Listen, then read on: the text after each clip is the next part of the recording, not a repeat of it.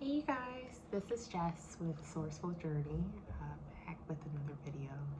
I actually wanted to talk about a topic today, more so along the lines of whether is it love or is it limerence, and how to know when, how to separate the two when it comes to you and your journey. Because let's face it, everyone's journey is different, and what may be presented to you in terms of your line of focus may be different from the next person. So it's really going to depend on you as the individual to know how to separate the two and how to follow the signs when it comes to all of that. So yeah, without further ado, let's just go ahead and jump right into it. So what I'm going to do, I'm going to use myself as an example when it comes to this topic today.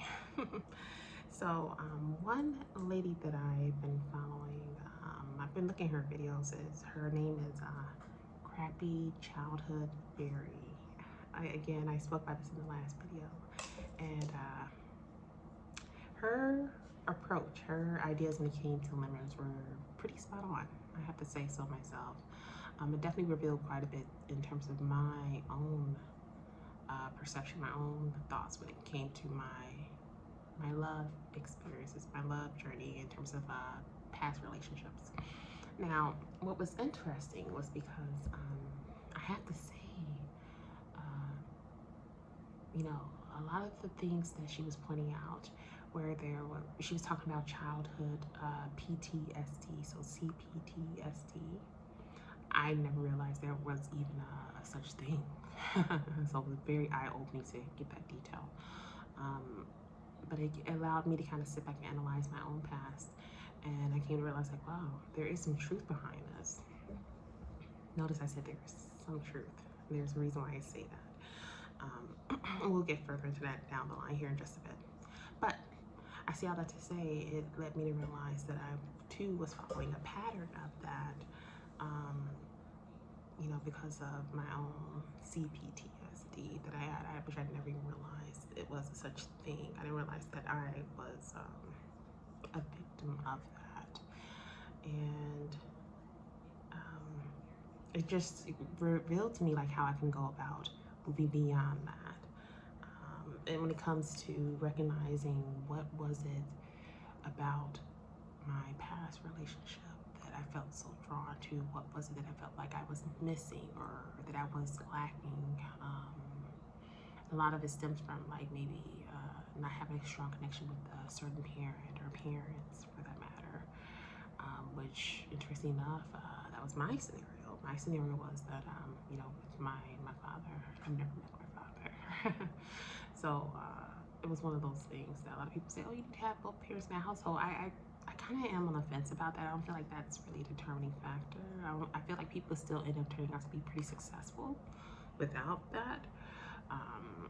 The notion of needing to have both parents in the household, but again, to each his own when it comes to that topic. But I say all that to say that there were certain things that I felt that that I possibly could have gained knowledge or gained some sense of care from, like by having a father figure there, that I didn't get, and maybe that could attribute to why I was in a bit of a cycle to an extent with regards to my past relationship. So, with regards to my past relationship, we've had such a great run. We were actually together for 14 years. The dynamic, we were so different. We're total opposites in a lot of ways. Not only were we an interracial couple, but at the same time, our age difference was there too. So it was a bit of a significant age gap. But it was something I was comfortable with. I don't know why, but I felt, I have to laugh about it even talking about this with you guys, but I felt more comfortable with individuals who are much older than myself, because I felt like my sense of connecting, my sense of when it came to having those conversations or being close, I felt more secure, I guess. I don't know how to describe it, but I felt like more peace with someone who fit that mold versus someone who was much closer to my age, if that makes sense. So again, this is kind of like where I have to say with the crappy childhood fairy with her, I felt like, okay, there has to be some truth with that. So yeah, it's just amazing. It's kind of like that saying, you learn something new every day, even when it comes to learning something new about yourself that you probably didn't even realize was laying dormant. You know, and sometimes it takes time to kind of sit back and analyze and say, well, you know what? There has to be some truth behind that. There has to be a reason why. Now, in my opinion, now that I felt like I've healed, like I don't feel like I have any sense of animosity or anger towards a person that I've never had a chance to meet anymore. But I feel like in terms of love, my preference is still just that. I don't know. I think I like kind of going against the grain. Is that the saying? Going against the grain, or I just like the whole total opposite thing. It's just it's just my thing, I guess. I don't know, because I like going against the norm. I guess what people see the norm, you know, and it's just different. It's just different. I don't know. I just do well in those type of dynamics, I guess. I don't know. So with that being said, I just feel that that's just like my preference. Everyone has a preference, and that has always been my preference, and that's why I stayed within the relationship I was in for as long as I have. I haven't done much in terms of outside dating. 2, 3, 4, as I said that. I haven't done much as far as outside dating because I'm very much an old soul. I really am. That's why I don't understand how some people can even write off the idea of reincarnations not being a real thing, or you know, living in various past lives, or feeling a connection with someone. You're just like, I don't know where it's coming from, and they don't think that there could be something stronger behind that. I don't know how people could write that off as not a real thing. It has to be. And there's so much proof in things that just came out that, well, that hasn't just came out, that's been coming out for years, that proves that this is something that's truly a thing. So I say all that to say, for me, and that's another reason why I tend to gravitate towards something that's a bit not your typical norms, because the fact that, because I always, you know, get this statement from a lot of people that I do come across. They always tell me, Jess, you seem like an old soul. I always use the analogy of what I do is like the 80-20.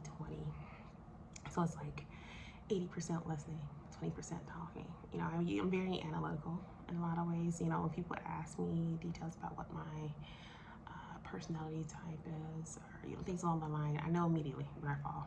And me, of course, I'm a Sigma and an INFJ. Both are rare personality types, and I've done enough research and such to know they piece it together, and I broke it down literally, and I came to realize that, okay, those are the categories I fit in. So to, you know, move forward in all of this, yeah, I don't know. I really feel like that's part of the reason why I'm really drawn to such a different dynamic. And the reality is that my dynamic is not one that's uncommon, especially nowadays in this day and age, because you find so many different relationship types all across the globe. But it's a beautiful, beautiful thing, especially when it's something that is genuine.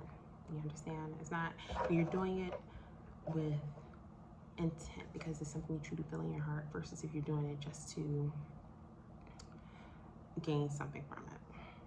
You know, and again, to each his own. I don't judge, but you know, with my scenario, like with my ex, we were there for 14 years, and it was just like, it was a full-on relationship, and yet, you know, I missed the times that when we went out, like the type of responses we got. People felt like we complimented each other so well, things like that. It was just pretty amazing. But when I go back to that type of scenario, especially with the way things kind of ended, would I want to take someone like that back?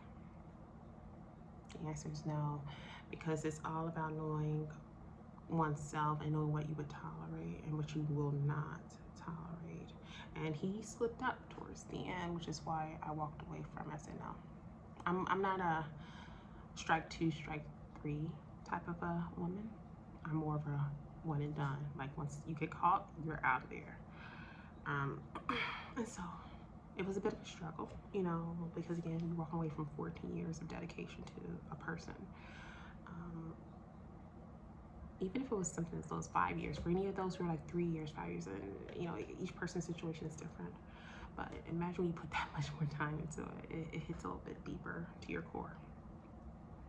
But the type of independence I've gained from being on my own,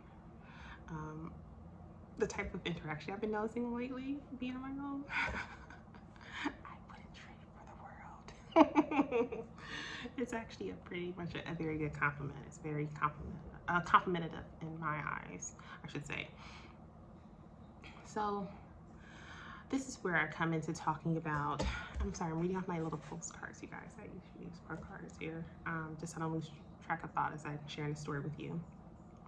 This is where I know which is which. And what I mean by that is because going forward, I know now what to expect. I know now what to tolerate and what not to tolerate when it comes to finding or allowing that one to come into my life. Because at the end of the day, I'm not on a hunt for like, oh, I need to look for my next partner. Is that him over there? Is that him over there? No.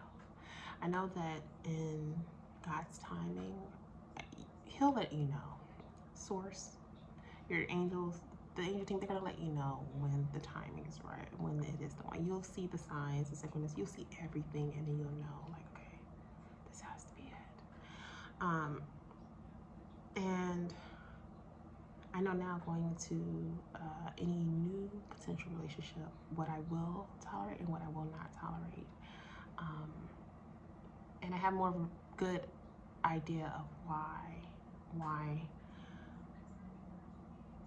I feel that way. I feel like as with age, just like anything else, everything becomes more refined. We become more aware of things that we will or will not tolerate in our life. Also, for a lot of us, I know for me, I'm very protective of my energy. So I wouldn't say I'm not a recluse, or I'm not an extreme introvert, if you will. I'm introverted to an extent. But I know it's kind of like that thing if you think back to when, you know, the whole analogy of when you bring your partner home to the parent, or in my case, like when I would bring like the person I thought that was the one home to mom, which was him, you know. He was the only one I ever brought home to mom when I felt like, okay, this is the one. And you know, I still follow that whole notion, but it's okay, since my mother is no longer here, she's moved on in terms of she's passed on. So I know for me, it's like, okay, now, you know, I need to figure out, I have my ways of knowing if the next person I'm dealing with is the one or not, or if I'm wasting my time with this individual. And to go in with a sense of dignity, a sense of expectation. You know, it's not saying that you see yourself as someone on a high horse, because as my mom used to say, which a lot of you guys who follow the Christian belief would agree, he who thinks there's something is nothing. So I still am an avid believer of that notion myself, even in my own personal day-to-day. I never think myself as, you know, on a high horse compared to the next guy. We're all in this thing called life, this journey called life for a reason. So no one is better than the next guy, in my opinion.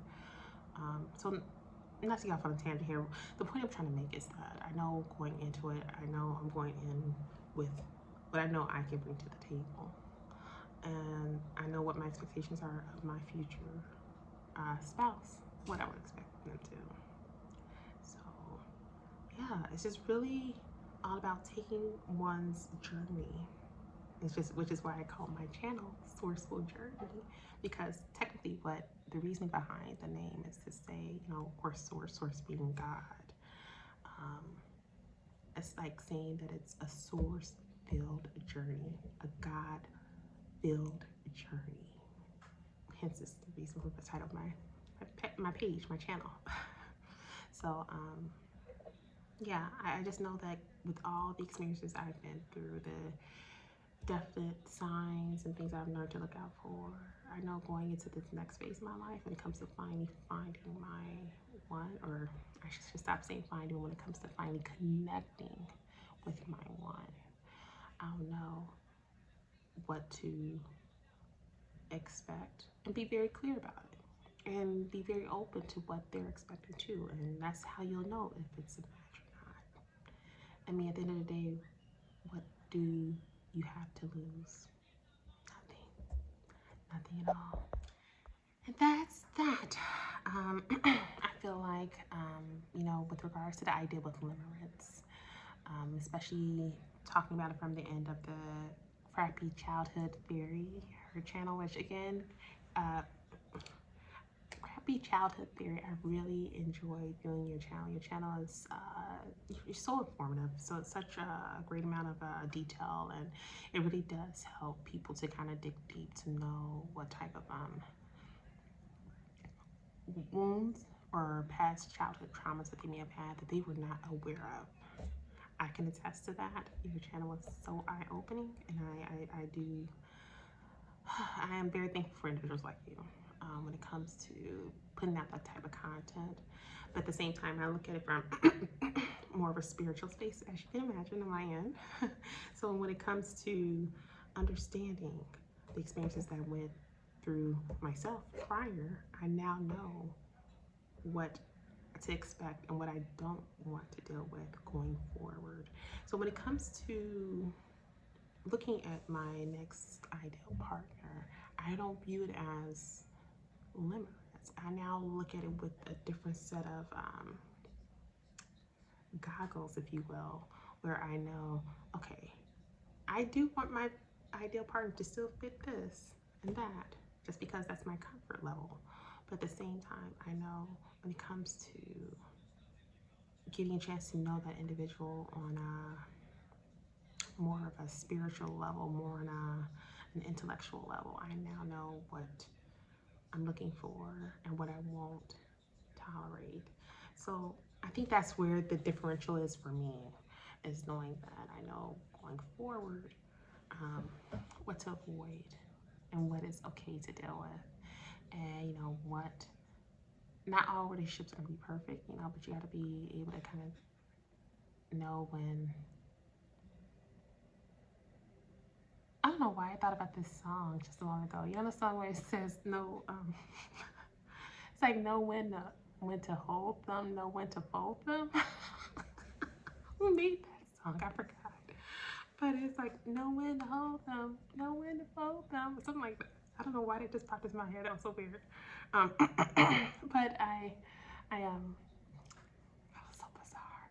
But yeah, see all that to say, going forward, I know for me, I just know that what I'm looking for in a relationship, especially being that I'm much older now. But then again, the experience I've had, which was still a good journey. But in terms of my past relationship, I mean, 14 years is pretty extensive, but at the same time, I've gained so much wealth of knowledge when it comes to things that I will tolerate and things I won't. So going to this new phase in my life, I know my takeaway from all of that in conjunction to the great wealth of knowledge that the crappy childhood theory had shared in her videos. I know this time around it won't be based off of limerence. For me, I'm very particular about what I'll be expecting going forward and how to approach it, but it's going to be based on true love, based on what I feel spiritually, which is why I often like to point out when it comes to the psychology side of things versus the spiritual side, there has to be a certain point that it cuts off. I feel like one side does not trump the other. You know, it doesn't. It's just one of those things that there has to be a certain cutoff point where one is the sound piece versus the other, where it's still the sound piece, but it's at a different point within one's journey. So, and that's that, you guys, with today's video. Definitely leave your thoughts. Let me know what you guys are thinking. You guys have been on a roll. I don't know how or what's going on, maybe, but Again, I'm so glad you guys responded to me on Instagram. It's so funny because I woke up to quite a few responses this morning. I was like, whoa. So I had to make sure I got to you guys before I put this video up. But definitely keep that going. It's totally cool with me, with being able to respond via the Instagram. I now realize you guys, even when as far as finding I haven't even posted anything up on my TikTok page. Just like, how are you guys finding all this stuff? Because I do have a TikTok. I also have a Snapchat, which I don't post on there, but you guys are finding this stuff, which is so funny. And it's not a bad thing. It's not like I'm being spammed or anything like that. No, these are genuine people that are actually finding my page to say, hey, I saw that you're on YouTube. And it's like, okay. So very humbled by it. But yeah, you guys are on it. Oh my gosh, it's amazing. But yeah, I see all that to say. Let me know what you think, what your thoughts are in terms of whether a scenario that you were dealing with or currently dealing with, is it love or is it limerence? Love to know what you guys think. You can send responses over there on Instagram as you have been, or just comment down below if you feel comfortable enough to do that as well. And with that being said, I'm sending love and light to you guys, and we'll talk soon.